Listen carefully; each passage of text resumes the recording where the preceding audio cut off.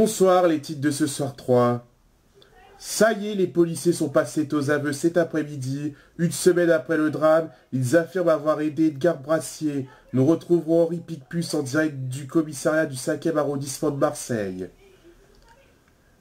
Une semaine après le drame, on est dépité à cause du carnage qui a coûté la vie aux véhicules et aux arbres. Le Premier ministre Manuel Valls s'est rendu sur place. Depuis les événements du 25 novembre, la surveillance est élevée à Paris dans les transports en commun pour éviter un pickpocket. Les policiers arrêtés jeudi après-midi ont avoué avoir été complices de l'évasion de Jacques Vitreuil, mais aussi nous ont donné la deuxième preuve que c'est Edgar Brassier le responsable des dégâts causés il y a une semaine. Comment ont-ils fini par craquer?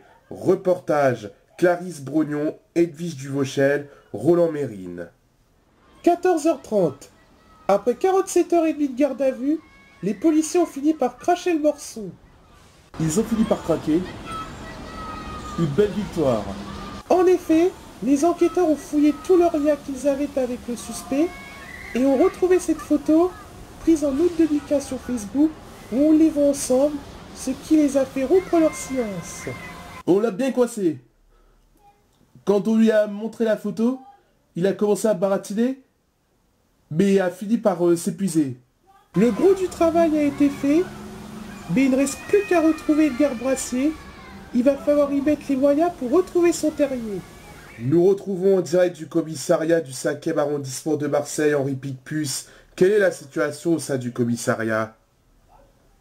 Écoutez, tout le monde est soulagé d'avoir eu les aveux des policiers, parce qu'on a tout d'abord des éléments qui pourraient nous conduire au suspect, mais aussi la preuve que c'est Edgar Brassier qui a tiré dans le tas et en même temps détruit les véhicules, détériore la prison et même quelques magasins. Henri, qu'est-ce que les policiers risquent comme peine? Les policiers risquent jusqu'à 10 mois de prison pour complicité de troubles à l'ordre public et naturellement l'interdiction d'exercer leur métier. Le procès aura lieu mercredi après-midi. Une dernière question. Pourquoi Edgar Brassier fréquentait les policiers sachant qu'il est décrit comme un homme froid? Cela remonte à une histoire d'il y a 18 ans où un homme a failli tuer les policiers concernés. Edgar Brassier les a sauvés, mais bon, on va pas rentrer dans leur vie privée. L'important c'est que les prévenus sont passés aux aveux, dont dans pas longtemps le juge va décider s'ils sont libres, mais sous surveillance judiciaire en attendant le procès. Merci Henri pour toutes ces précisions. D'ailleurs, si vous avez des nouvelles d'Edgar et de Jacques, composez ce numéro, le 01 110 221, je répète, 01 210 221. Voilà, fin de ce journal, le prochain rendez-vous avec la rédaction le 12-14. Très bonne fin de soirée, à demain.